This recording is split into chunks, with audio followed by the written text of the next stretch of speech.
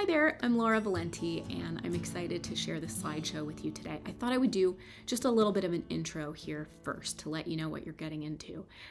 Basically, I'm going to share a lot of different images with you, some of my very favorite photographs from over the years. And I'm going to talk about how I made them, sort of what I was thinking about when I made them. I'm going to share images and stories from my travels around the world, so a lot of stories from the road. But my primary thing that I wanted to share with you guys was a lot of different ideas and practices that will help you to deepen your relationship with your photography, and also just to find a lot more freedom in the creative practice. So I'm basically going to use all of my images to sort of illustrate those ideas. And I'm going to talk about things like poetic seeing instead of just straightforward seeing. How do we go deeper emotionally and make images that really feel like poetry or like little meditations? I'm going to talk about my practice of using photography really as a spiritual practice in many ways. I'm going to talk about simplifying your gear. I'm going to talk about moving away from art world expectations and really making your best work, your life's work, and making your images a lot more personal and a lot more meaningful. So we're going to dive into all of those juicy topics. If you saw a lecture that I did for Fujifilm or for a program called Evenings with the Masters, this is that same lecture basically, but I've just refreshed it and revised it and modernized it in some ways, and I wanted to make it available more widely and publicly and make it available for free. So that is what is ahead, and I hope it's enjoyable. I am imagining you curled up with like an Afghan, maybe a bowl of good popcorn or like a warm brownie and ice cream or something. I think that would actually pair really well with this slideshow. But I love sharing slideshows, and it reminds me of when I was a kid and my dad would go on business trips, and then he would come home and he would share the pictures he took, but they'd be real slides, with a real, we'd put up a screen and we had a slide projector, and they were always so inspiring. I think that's one of the things that got me interested in photography in the first place, was just seeing my dad's slideshows as a little girl. So anyway, that's what I'm going to be sharing with you today, my own slideshow, and I hope that you enjoy it. Okay, let's dive in. I thought it would be fun to start with a very early photograph. This is me. I spent the first 15 years of my life in Asia, in Japan, Hong Kong, and Korea. And you could say I started photographing when I was 5 years old. I had begged and begged to use my mom's camera, and she finally let me have it, and I just loved it. It was a really big deal for me. It was this little point and shoot, and it shot square format photographs. It had flash cubes that you could twist onto the top. And this is me in our backyard in Korea. I'm wearing a traditional Korean dress. It's called a hanbok. And my dad actually had a darkroom in the basement of that house. He was a really great photographer. He still is. At that point, he had sort of a National Geographic style. And I actually still shoot square format, but not with flash cubes anymore. Here's a photograph of the Oregon coast. I live in Oregon, and I lived out here at the Oregon coast for a few years, so I'll show you a few photographs from there. But now I live about an hour and a half inland in Portland, and still visit out there pretty regularly and do day trips. It's just such a beautiful, beautiful spot. So a little background on me and what I do. I spend most of my time writing about the creative process, doing my art, and creating and teaching my online classes. I have a whole range of online photography classes. And I also occasionally teach in-person retreats in neat places. So I did one in Eastern Tibet, and I did one out at the Oregon coast actually, and sometimes do retreats in Japan as well. So those are like 10-day travel retreats. And before that, I spent years working as the program director of a photography center, like a photography school.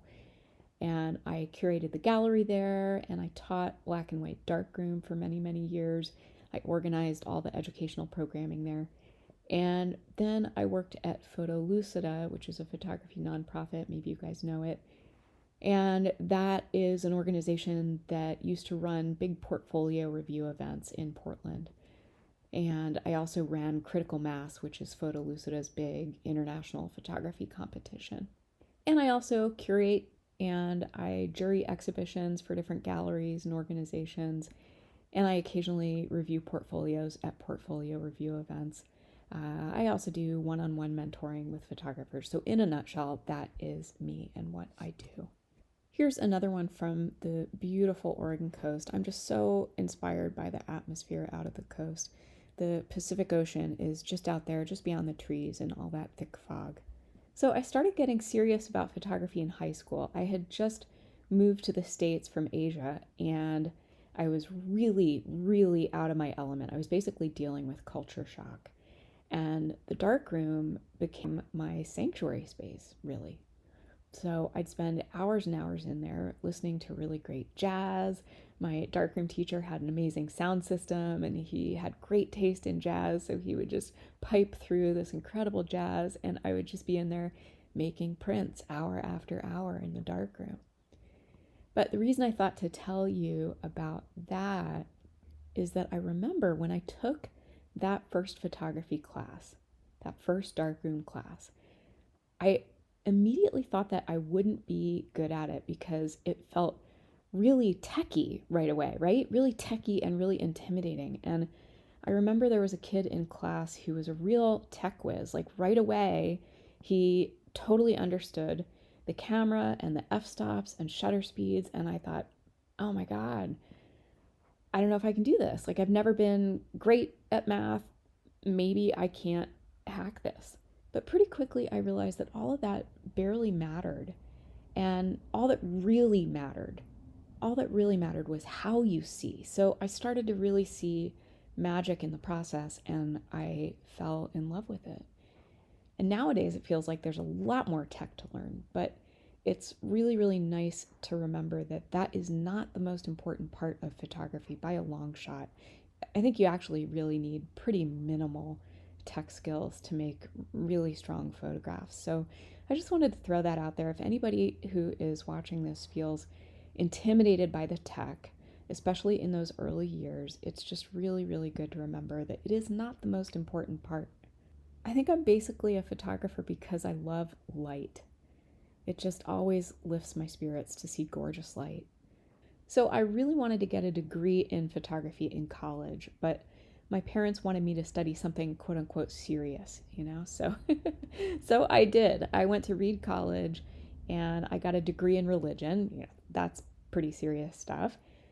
And I focused mostly on Asian religions because that really felt like home to me with my background. And at one point I picked up one of Thich Nhat Hanh's books. It's a book called Peace is Every Step. And that really opened a door for me. He was a wonderful Vietnamese Buddhist monk, and he was nominated by Martin Luther King Jr. for the Nobel Peace Prize back in the day because he did a lot of work for reconciliation during and after the Vietnam War. So I started to get really involved with Buddhist philosophy, with mindfulness, and with meditation practice. And that was so helpful because I'd always struggled with depression and anxiety. So the practices and the philosophy, they just sort of helped me to reframe my understanding of the world and the way I looked at the world and live from a place of gratitude instead of this constant dissatisfaction that I was dealing with. So I've been studying Buddhist philosophy and practicing in this tradition for around 30 years at this point. And I teach some online classes about photography and meditation as well. And then I also teach more sort of practical classes about how to exhibit your photographs, how to craft a strong portfolio or a strong photography website. But my favorite topic is always this deeper work. So exploring the creative process, what it really means to be an artist, creative philosophy, that kind of thing. I make a lot of diptychs and I think I just really love them because I love the way the images are in conversation with each other in a diptych and the way they can sort of quote unquote rhyme in a way. So here is a photograph of the moon on the left, along with the receding tide on the right, and that's just tiny little bits of seashells and sea foam in the receding tide in the evening. And I just love all those little tiny bits of light in the darkness and how delicate it all is. And I love how the little spots of light, they mimic each other from frame to frame, right? The moon and the little dots of sea foam and the little seashells. And I love how there's almost nothing in the picture, really, It's so spare, but it just describes a place and it describes a feeling. I want to just do a quick little dip into the basic idea of mindfulness because it's a real cornerstone of how I practice photography, how I sort of think about what I'm doing as an artist. So, mindfulness is really about inhabiting the present because so often our bodies are here in the present, but our minds are absolutely not, right? Like in our mind, we're nitpicking about something that happened yesterday or last week, or we're stressing out about something that's going to happen in the future that we're worried about happening in the future. And if we just snap back to the present and we take a breath and we look around and we check in with our body, we notice all these things that we ordinarily take for granted. And with that shift in the quality of our attention, even simple little things become miracles. Like the miracle of being able to push a button and have hot water for my coffee, That's amazing. Or the miracle of rain tapping on the window, or the miracle of the way the land smells when it rains. And how amazing it is that we're here at all. And there's such a natural connection between these ideas and photography for me. Photographs can be little moments of mindfulness. So for a 60th of a second maybe, or maybe more, when we're looking around at the scene that we're about to photograph, and while we soak it in, we decide how we're going to photograph it, for that time period, we are uniquely present. And everything else just falls away. It's like being in the zone, right? And so photography really can be a mindfulness practice. It's also possible to photograph really mindlessly, right? So just shooting. You've got that sort of spray and pray mentality, like I'll just shoot every possible angle without consideration, and then I can find something to crop later and salvage later in post-production, So yeah, that does not feel present at all. But if we slow down and if we remember to breathe and really look deeply, we can make deeper connections with our subject, with the environment, and we can also hear our intuition a little bit better because we have space to really feel and to really tap into our emotions. And all of that leads to better pictures, more resonant pictures, photographs that are filled with meaning because we were truly present when we made them. I often think of photographs as little tiny meditations. So I might make a photograph and text it to a friend, and I'll just write in the little text part, dog walk and sunset meditation. So in this photograph, I just saw our shadows in that beam of light from the sunset, and I just thought it was so gorgeous. And when I made this picture, my dog was dying of bone cancer. She was such a beautiful, she was like a 95-pound, golden, absolutely stunningly beautiful German Shepherd. She was incredible. And she was dying of bone cancer, and I knew that she didn't have a lot of time left. So this photograph feels like a meditation on impermanence too, which is something I'm always working to understand better. We're here for such a short time. And so seeing our shadows like that and seeing how we appeared in that lovely beam of light right at the end of the day, knowing that the light was about to fade away and that my dog was, experiences like this kind of simultaneously break my heart and fill it up. And I know as a photographer that that is when I pick up my camera, in moments of recognition like that. And I always think that if something brings tears to your eyes, that means you're really onto something. So follow up with that, dig deeper, and go there. There is some insight there for you, you know? So, yeah, I like the idea that this image is a meditation on impermanence. And in Buddhist philosophy, we talk about how it's not impermanence that makes us unhappy. It's not realizing that things are impermanent that makes us unhappy. Isn't that good?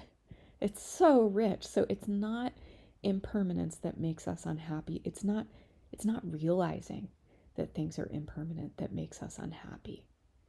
And so when we realize that everything is impermanent really all the time, then we're able to shift into a space where we can celebrate everything better. It makes every minute incredibly beautiful because we know that it won't always be here and that we won't always be here. So, standing there with my girl in the light and being present enough to see that moment for what it was, what a gift, you know? Not just for my art, but for my whole life. It's powerful to walk through the world with this in mind. You know, if you could do it all the time, it would basically be enlightenment.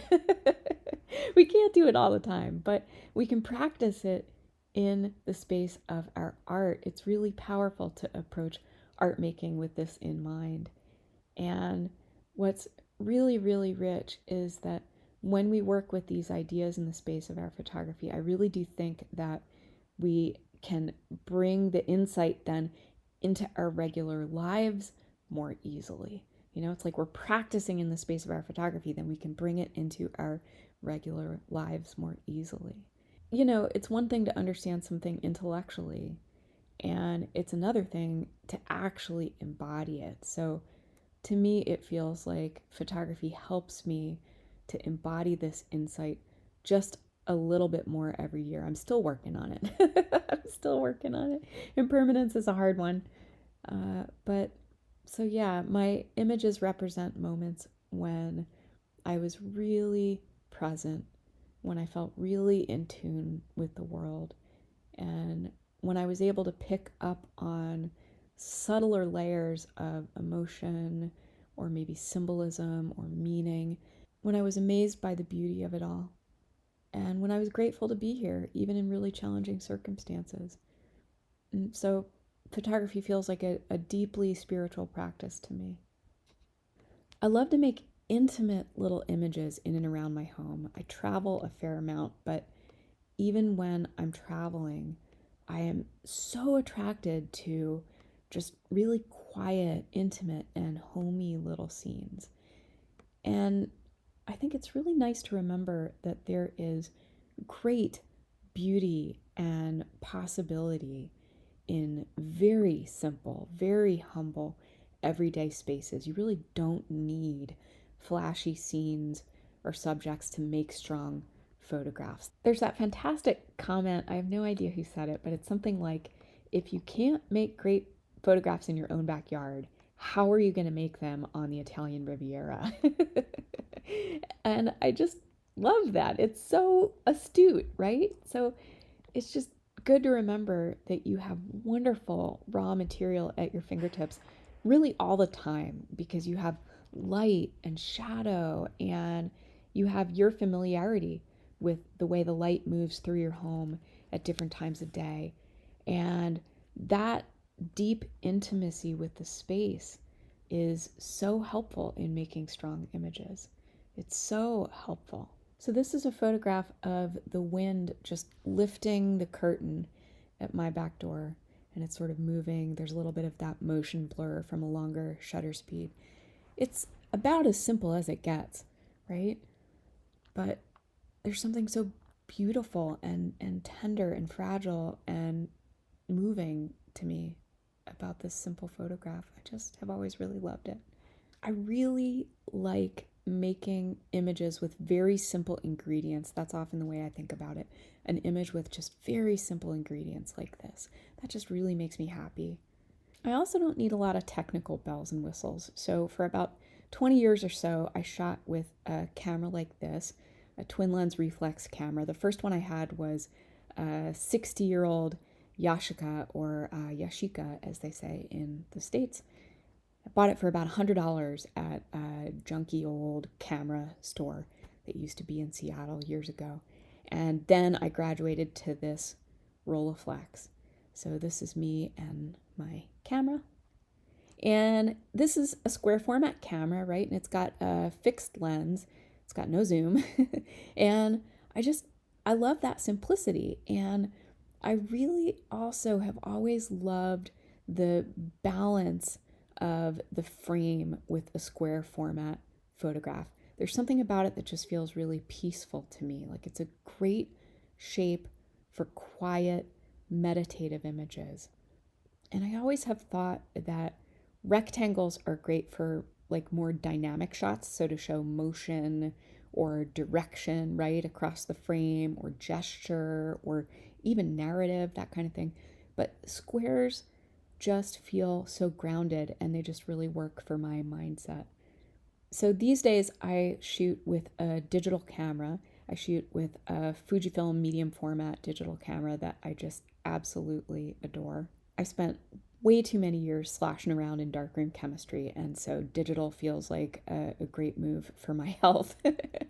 But I still shoot square, and I still use just one fixed lens, if you can believe that. So I have a 35mm prime lens. It's literally the only lens I own. Actually, for the medium format camera, it's a 45mm lens, but that translates to the look of a 35mm lens if you were shooting on a 35mm camera. So yeah, it's effectively a 35mm prime lens. And that is basically the focal length you can get out of a twin lens camera like this. And that's why I love it, because I shot with this for so many years. So that just fits the way I see. So I just don't feel the need for anything else. I can zoom with my feet, if I need to get closer. I think it was Ansel Adams who said something like, if you have fewer lenses, you lessen your chance of choosing the wrong one. I love that, because it's like, if you only have one lens, then you're making the right choice 100% of the time, So it's a great way to go. And I think that if you have less gear, then you learn to see better. You're not constantly fiddling with it, right? And you're not constantly doubting your choices. And if you buy new gear regularly, you're regularly upgrading, you're never really totally comfortable with it, right? When you're completely comfortable with your gear, you can put all of your attention on your creative seeing and on your embodied experience, and immersing yourself in the feeling of the moment. Also, one really amazing benefit is that you learn to internalize the focal length when you just have one lens.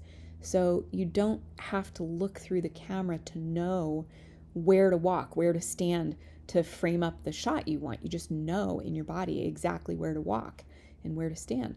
So that is really, really helpful. So it's so good to simplify and to resist the temptation to buy new gear all the time. It's really just a distraction, and it takes us out of that really embodied, really present experience of being in the moment with the subject and with the light. And that's the most valuable part, right? So we don't want to miss that. Here's an image I took while out on a walk out at the Oregon coast one night. I saw those headlights approaching, and I just thought, ooh, I love that. I love that. Quick, grab my camera, because that's so beautiful. And that is really my highest practice. I just make the images that my heart wants to make. There doesn't have to be any more rhyme or reason than that. That is reason enough to pick up the camera.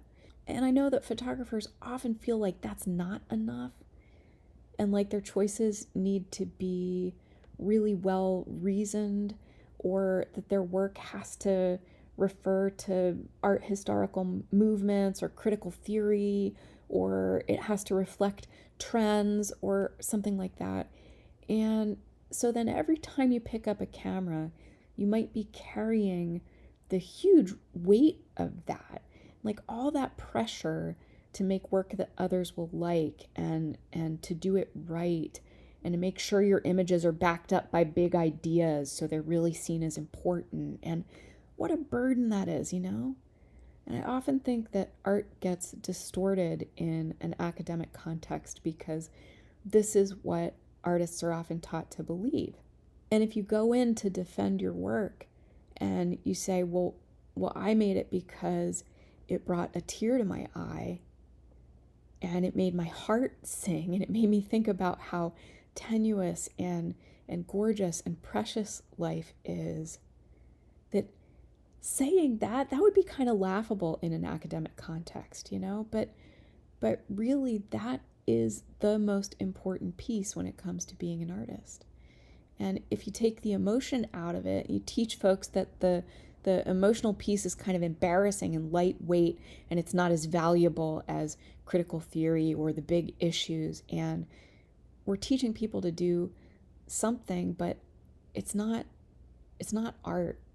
So making an image because your breath catches in your throat when you see something, and because it moves you, that is when you're really onto something, you know? Like, you keep doing that and your work becomes stronger and stronger and stronger.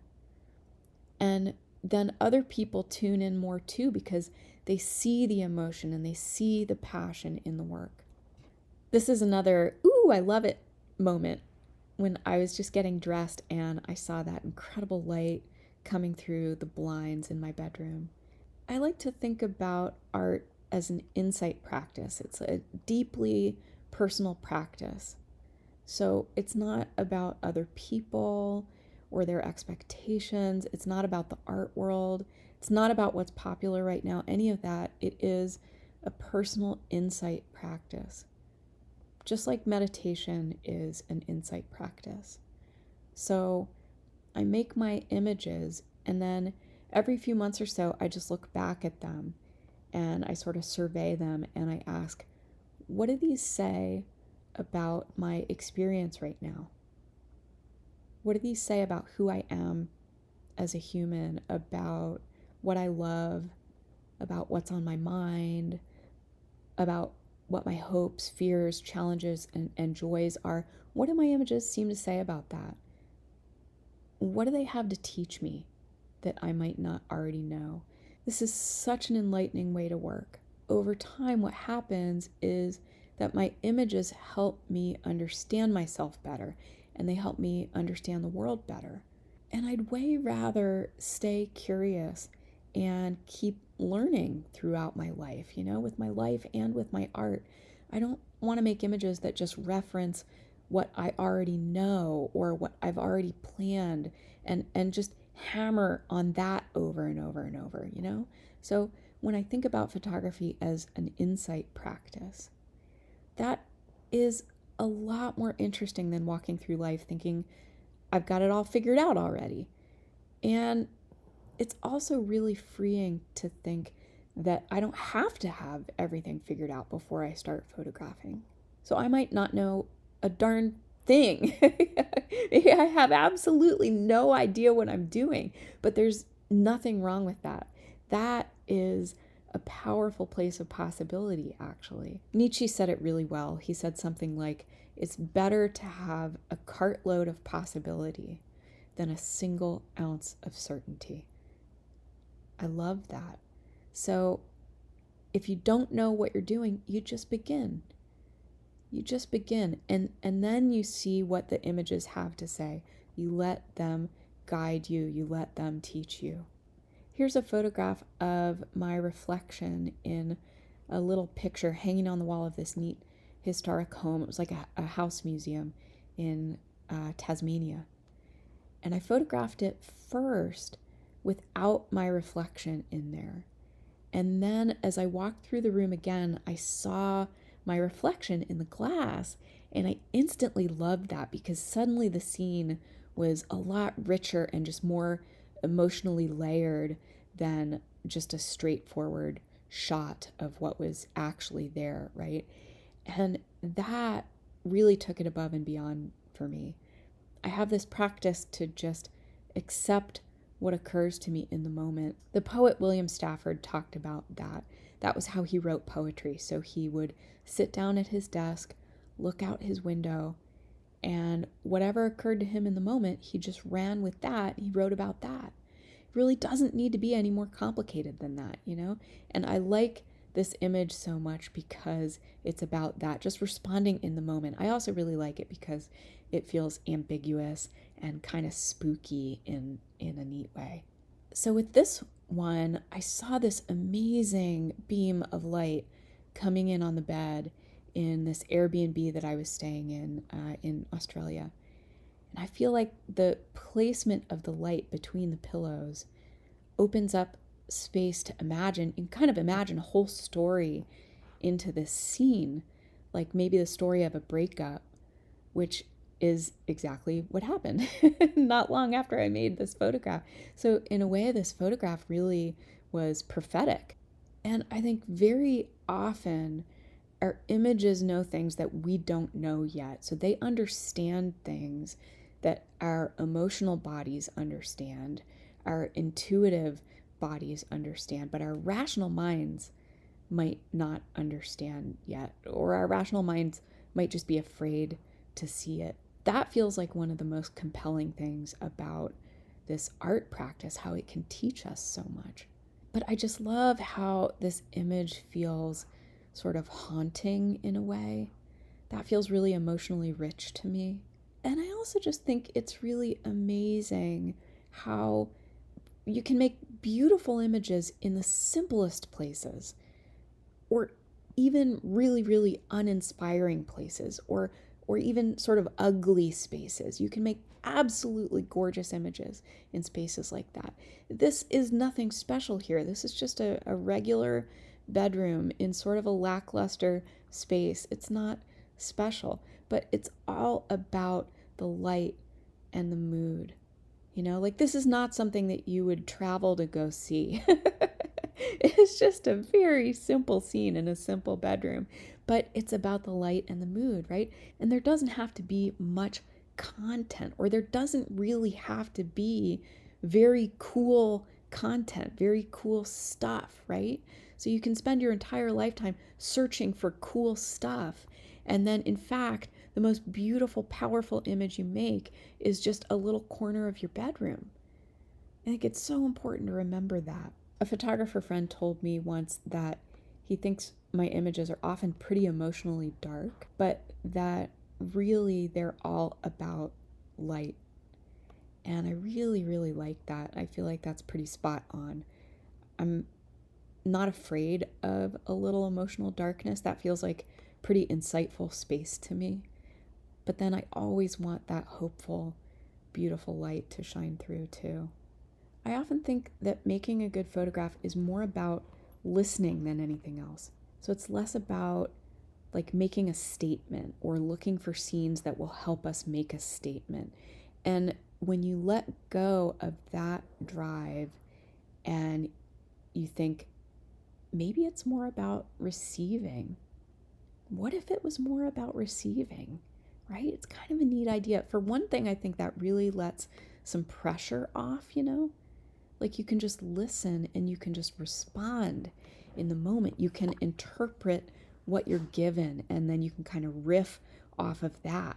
And so really what we're doing as photographers, as artists, is it's like improvisational music or dance or maybe improv theater. There's that idea of saying yes and in improv comedy. Have you heard of that? So basically you hear what your improv partner says and then you say yes and. So you accept whatever scenario they give you and then you add to that. And that is really how to make the creative process flow instead of just shutting it down, that yes and spirit. So we listen to our environment, and that's like saying yes. And then we take our camera and we interpret what the world gives us. We make our art, and we can only do that if we're really listening deeply. I was listening to a favorite musician the other day on a podcast, and he was talking about the same thing. And he said, if you're not listening, you're not playing music. Isn't that great? So it's the same thing with photography. This is dog breath on a car windshield. Maybe I could call it meditation on dog breath and a car windshield. But I just love noticing simple little things like this. It makes the world seem more magical. I really resonate with Krishnamurti's thoughts on creativity. He was an Indian philosopher, and he talked about how true creativity is always forward moving. It's very free flowing. And if you find yourself trying to reference quote unquote rules that have been laid down for it, or formulas, or what people have done before you, or even what you yourself have already done, that all of that is looking backwards. And that stifles the energy of true creativity. So true creativity is very in the moment. It's about responding viscerally to what you see, using that as a jumping off point, and not being restricted or impacted by like shoulds or rules or don'ts and that kind of thing.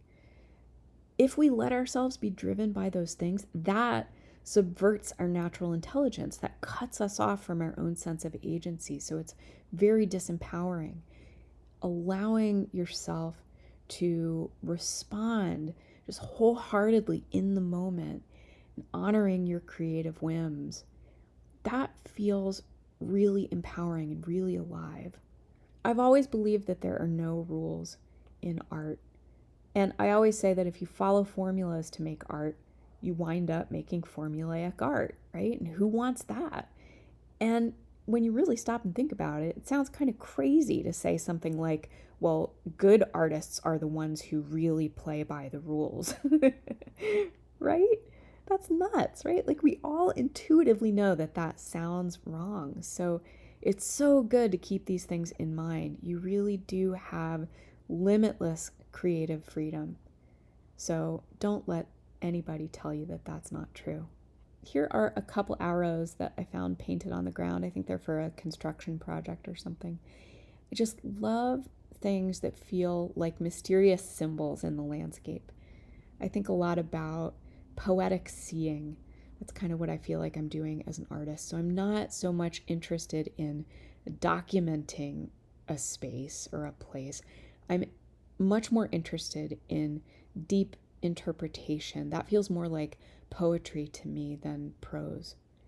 And sometimes that feels more like tapping into symbolism in the world around us. Even if the symbolism isn't explicit and obvious, I actually think it's better when it's not.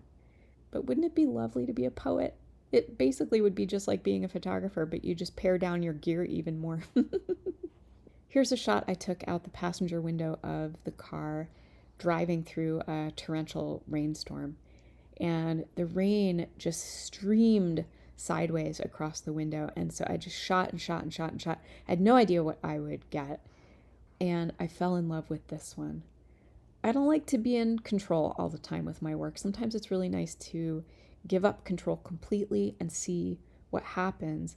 And sometimes that's the way to hit on some new working method that you really love, or some new style you love, or something you never would have strategized, you never would have planned for it. So it really opens things up and keeps things fresh. Here is a tiny sun and moon. This is that total eclipse that we had, a handful of years ago. And, you know, like I said, I'm a low-tech photographer. I've only got a 35 millimeter lens, right? And so I had these dinky little cardboard eclipse, the little viewing glasses. And so I just held those up in front of my lens and I shot through those just to see what would happen. And the edge of the cardboard is coming in on the bottom third there. That's what looks like a white planet in the foreground. And that's just because the glasses were too small to cover the whole lens. And I love that. That's that's what makes the image for me. That's about as low tech as you can get, but that's what I love. And, we've all seen the images where folks have all the perfect technical tools to get the perfect eclipse shots, just really big lenses and everything perfect, but the images all look the same, you know? So it's like you knock yourself out and you do everything quote unquote right, but then you make an image that looks like what everyone else is making, So it's so freeing to remember that there is no one right way to make art. And if there were, it'd be incredibly boring, wouldn't it? We'd all just be taking the same pictures. We'd be putting square pegs in square holes. It would not be a creative pursuit at all. So I'm going to show you some images from a body of work that I'm provisionally calling Pilgrimage right now. These images were taken in a lot of different places, and they're sort of a poetic interpretation of the spiritual journey or the idea of the pilgrimage. I remember reading this beautiful little essay by a woman who had lived at a Buddhist monastery for a while. I think it was an article in a magazine, I can't remember. And what stuck with me, though, was she said that when she left the monastery, she missed the ritual, because there's a ritual for everything, right? So like the way that you put food on your plate, or the way you walk into a room, the way you light a candle, the way you wash yourself and fold your clothes, and all of that ritual gives you the sense that every single detail of life is suddenly sacred because you're treating it as if it is, right? So it becomes that. And this woman said that that was the main thing she missed after leaving the monastery, because we don't do that in the real world, right? So it's so easy to feel like nothing is sacred out here. And I love that ritualized, sacred space. I'm happier if I look around and I think all of this is sacred. My experience is sacred. My crappy days are sacred. My pain is sacred. My little chores and obligations are sacred. My body is sacred. So we make things sacred with our attention. And our photography can really help us see that. Going from thinking that nothing is sacred to believing that everything is sacred. That's a wild conceptual journey. It changes everything, really, not just art. So the pilgrimage of my life, if I think about my life as a pilgrimage, it's really to see everything as sacred and to see the sacred in everything. And so these images are moments when I really saw that. So this is an image of my friend's hand in Guatemala. We were there for a photography festival. And we stayed at this amazing hotel that used to be a convent. It was just so incredibly beautiful. This is another diptych. It's some handprints on the wall of a temple in China, and it's paired with a Tibetan prayer that is stuck to the wall further out in the Tibetan region in eastern Tibet. And that prayer is printed on paper and it's blowing up in the wind. And that's the idea, that when the prayers blow in the wind, all of that compassion, all the wisdom contained in the prayer disperses and it benefits everybody. That's such a beautiful idea, isn't it? So these two images just felt right to me. They just felt right, and I just accepted what occurred to me, right, to put them together. I don't know why people made those black handprints or when that happened in history, but they, for some reason, felt the need to make their mark. And maybe they're long gone now, but this is like a little trace of their lives, and that feels really potent to me. And here's one thing I often do that really helps me to get in the zone. I call it the 10 breaths practice. And this is like a mini meditation, so I'm going to share it with you. This is a practice that I've adapted from my Zen tradition. So we have a practice where we do walking meditation. It's just very, very, very slow walking. It's about a quarter of the pace you normally walk, or even slower. And it really helps to calm the mind and to just stop it from bouncing around so much. But what we do is every so often the person leading the walking meditation will chime a small bell. And when we hear that bell, everybody will stop. And for the space of 10 slow breaths, you just look around, you just soak things in. And the idea is to just enjoy what you see, to really, really inhabit the present moment. And adapting this for photography is really lovely. I really like to do it with light. So like maybe you're running around, you're photographing this and that, you're feeling like you have to get everything. Maybe you're feeling a little bit tense about that. Or maybe you're feeling disconnected from the environment and you don't know what to photograph and you just know you're not very present, right? And then you can just stop and just pause and look around and shift your attention to the light. Let your eyes settle on some really lovely light. Even if it's flat and gray out, you can still notice the subtle way the light falls on whatever you're looking at. So maybe it's making a leaf just shine or something like that. You can do this to center yourself at any point. And you can also do it with something right before you photograph it. So like you see a scene that moves you and then you just pause and breathe with it for 10 breaths before you put the camera up to your eye. You notice the light in the scene. Notice how it shifts and changes. You just enjoy it. So it's not about just acquisition of a photograph and kind of shooting like you're doing target practice, right? Or checking items off a to-do list. It's about deepening your whole experience. And when you're doing this, you're not analyzing the scene. You're just soaking it in. So it's so helpful to pause and look deeply like this. And so in this scenario here, there was that beautiful dappled light on the wall with that prayer, and the prayer was blowing up and down in the breeze. And I just stood there and watched it.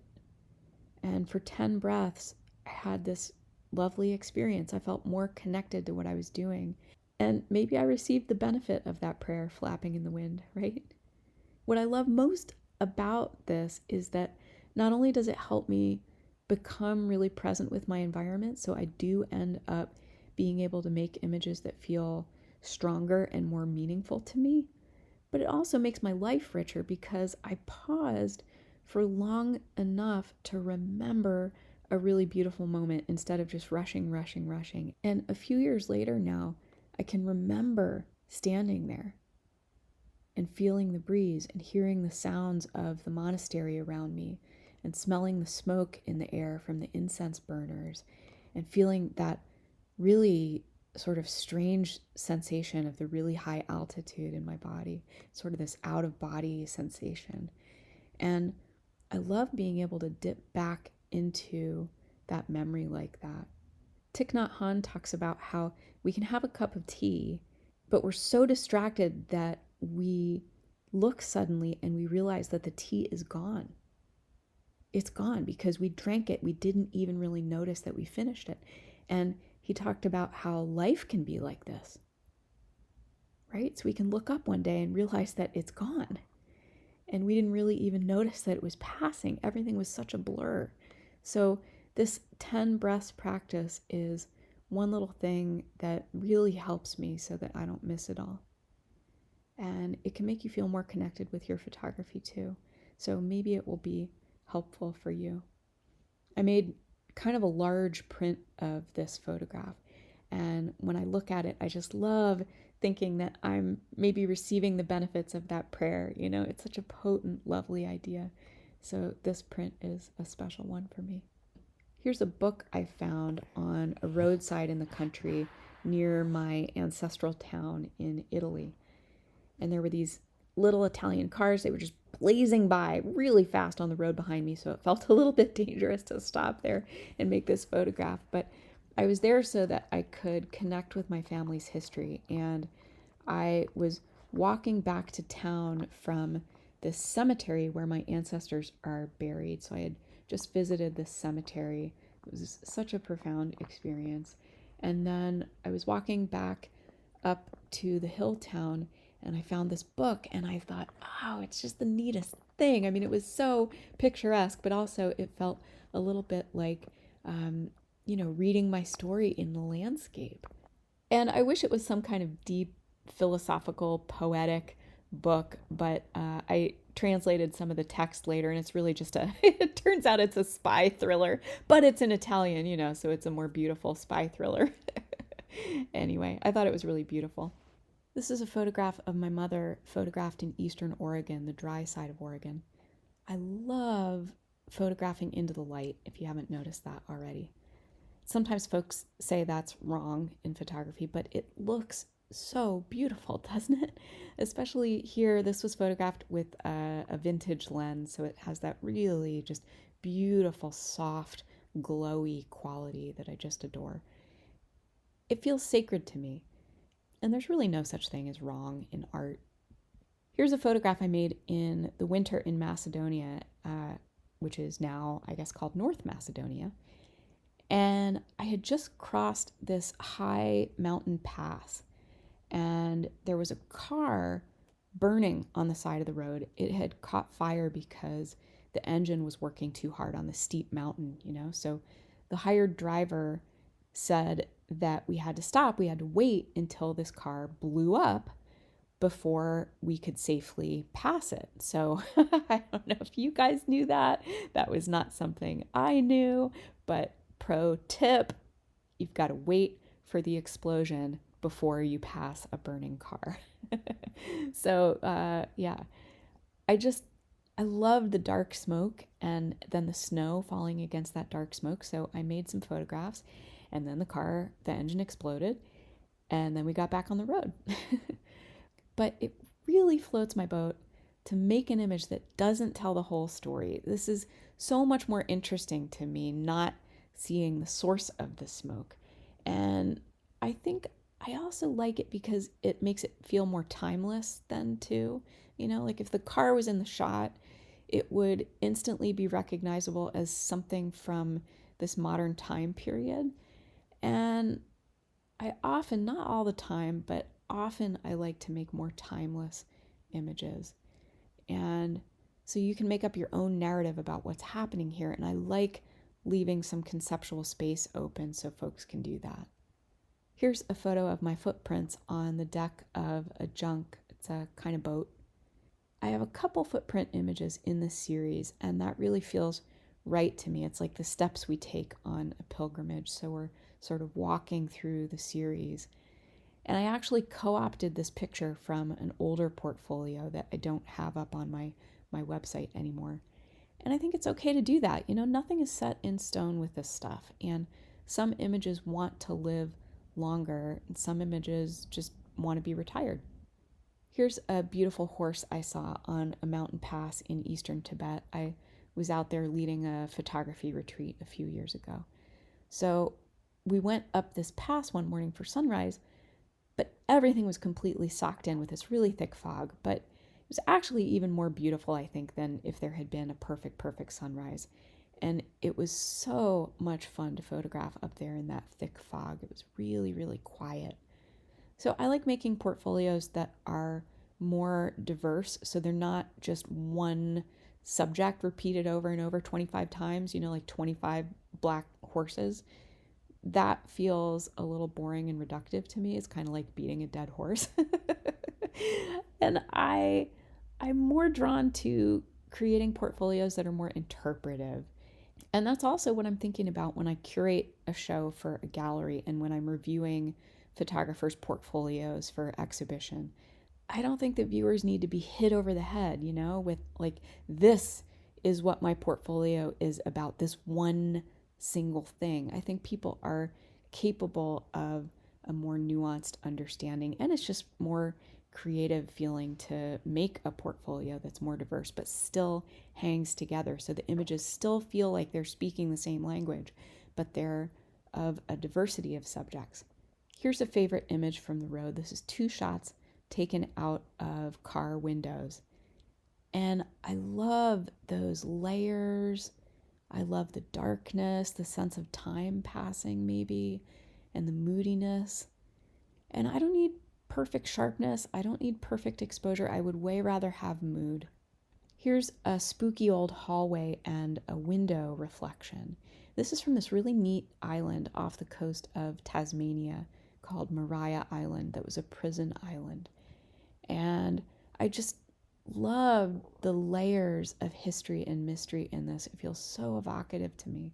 So it really captures me to be in a place with really deep, really old stories like this, where you can just stand there and look and sort of feel into that history. You can imagine the people who walked through those spaces before, imagine what their lives might have been like, kind of pick up on the echo of that history.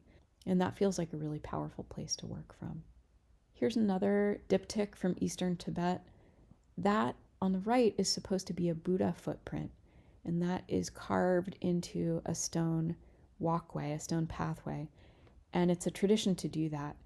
And I really just kind of like my little footprint motif throughout the series. It just kind of happened that way. I didn't plan it. And then I just really liked the way it looked. It wound up feeling meaningful. And another wild pony on the road, but not 25 ponies, right?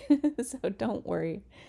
This photograph doesn't feel as timeless because it's got that windshield wiper in the front. I'm looking out the front window of a car, but I still really love it, and I think it works in context. This is snow falling on a lovely lake in North Macedonia, Lake Ohrid. When I made this photograph, I had pneumonia and I was recovering, and I just spent some quality time watching the snow fall out on that gorgeous lake. It was so quiet and so beautiful to look out the window at that scene. I really, really love deep simplicity in a photograph. Everything is so pared down, so distilled. That feels meditative. It feels calming. It feels sort of grounding. So this one feels really special to me. So I also do some color work. I don't always work in black and white. So I'm going to shift now and show you some selections from some color work. When I first started photography, I did all black and white. But then maybe about 10 years in, somebody gave me some free color film. And I remember I put it in my Yashica twin lens reflex camera, but it felt sort of sacrilegious in a way. So I thought I'll just pretend that this is black and white. And that actually served me really well because I didn't forget to look at the light. I sometimes think that color, it's almost like it can be distracting in a way, and you can make images that are all about the color and nothing else. So you're not thinking about the light and the form and all the other stuff that matters so much. So black and white is just so pared down, right? That it's all about the light and the form, and you can't ignore that. So color was just a real shift for me, but it was helpful to pretend that I was still working in black and white. It's sort of a weird conceptual trick. But anyway, this is a favorite photograph. I made this in this really beautiful historic synagogue in Sarajevo in Bosnia and Herzegovina. This is a straight shot, so it's not a double exposure. So just imagine I'm facing this wall-sized old sacred tapestry, this big, beautiful sacred tapestry, and it's protected by a huge piece of glass. And then on the wall to my left, there is a window, and that is reflected in the glass in front of me with that tapestry underneath, right? So it's just a single photograph. It was really powerful to travel in this area. Sarajevo was hit really hard by the war in the 90s, and there are bullet holes and mortar shell holes all over the city, just strafed across every building facade. You can see bullets, and most of the people there are dealing with terrible PTSD, as they all saw people killed, they lost family members. I was there in the wintertime, and there was also this really heavy duty air pollution. I think the air pollution scale is 0 to 500, and on this day it was 525 on that scale. So the air looked like this thick white soup, but it was all pollution. So lots of pain there, and difficulty and trauma. But I also think about the history of the Jewish diaspora and the deep history of trauma there. So this synagogue and this beautiful space, it feels like finding hope in darkness, and finding peace and finding beauty in a sanctuary space. And I think that this is my favorite print of all time, of all the prints that I have made. This print, there's something so special about it. It absolutely glows on the paper. I printed this on this really stunning Hahnemühle paper. It's the Fine Art Beretta Hahnemühle paper. I absolutely adore this paper, and this image just glows with this inner light on that paper. Here's a photograph of lights above the sand dunes and the ocean in the evening. This is actually just the reflection of a chandelier in the window. So I'm looking out this window and there's a chandelier above my head. And it feels like magic when I spot something like this, And then I just positioned myself so that the reflection worked really well with the other layers and made this photograph. And I always love what the photographer Minor White said. He said, "It's not enough to photograph what's there. We need to photograph what else is there. We need to photograph what else is there." Isn't that wonderful? I think that's so, so true. So I'm always looking for the what else. Here's another one that really feels like it's about that what else. This is a house next door to the house I was in through the curtains at sunset. This doesn't look like a real estate shot of the house, right? It feels like it touches on that what else space to me. So I really love how the house glows and how this photograph even kind of feels a little voyeuristic, right? So we can sort of imagine ourselves standing in that dark room and looking out through the curtains, and that just feels so juicy to me. This is a snow fort that somebody built and the sun.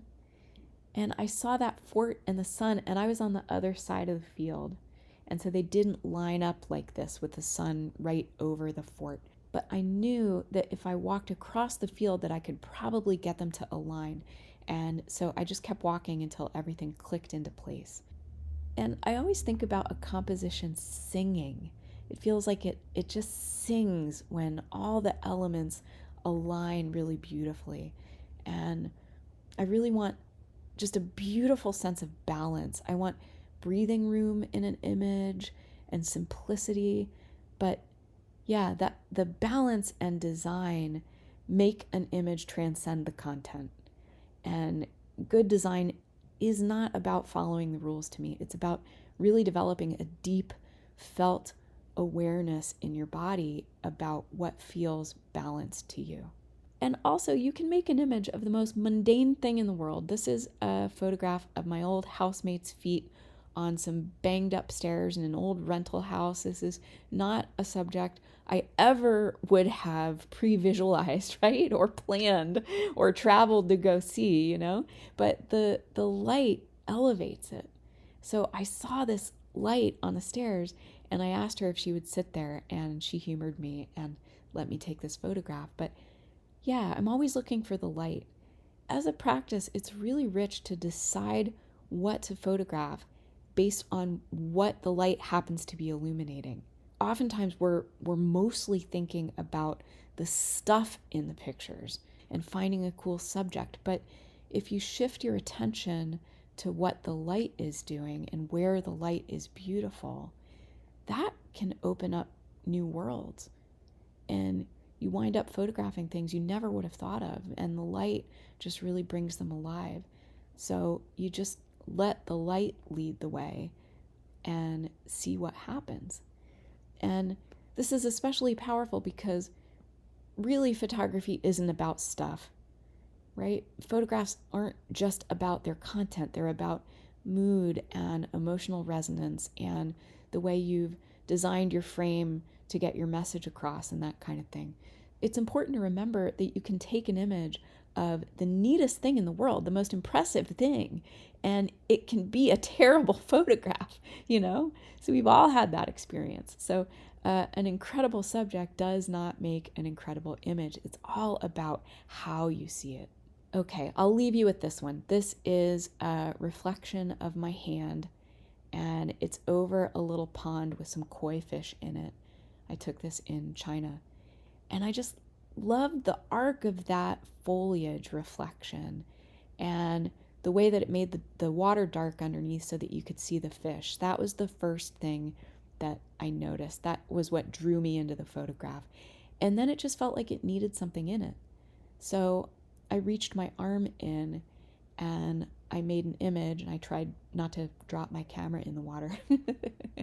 So that is the last image, but I'm just going to leave it up here so we can enjoy it for a little bit, because I want to leave you with some other thoughts that feel important to me, and maybe this will help you in some small way on your path as an artist, because I know that being an artist isn't a straightforward path. It's not a path that's really clear and obvious like some things in life, you know, like if you do X, Y, and Z, you're going to succeed there, and it's not straightforward like that. So I just want to leave you with some things that feel important.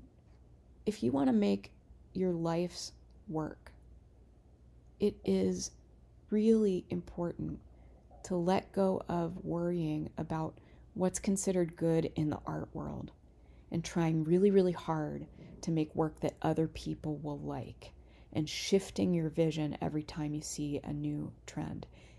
If you do that, you move farther and farther away from your core vision and no closer to pleasing anybody, because there are a million different tastes in the art world.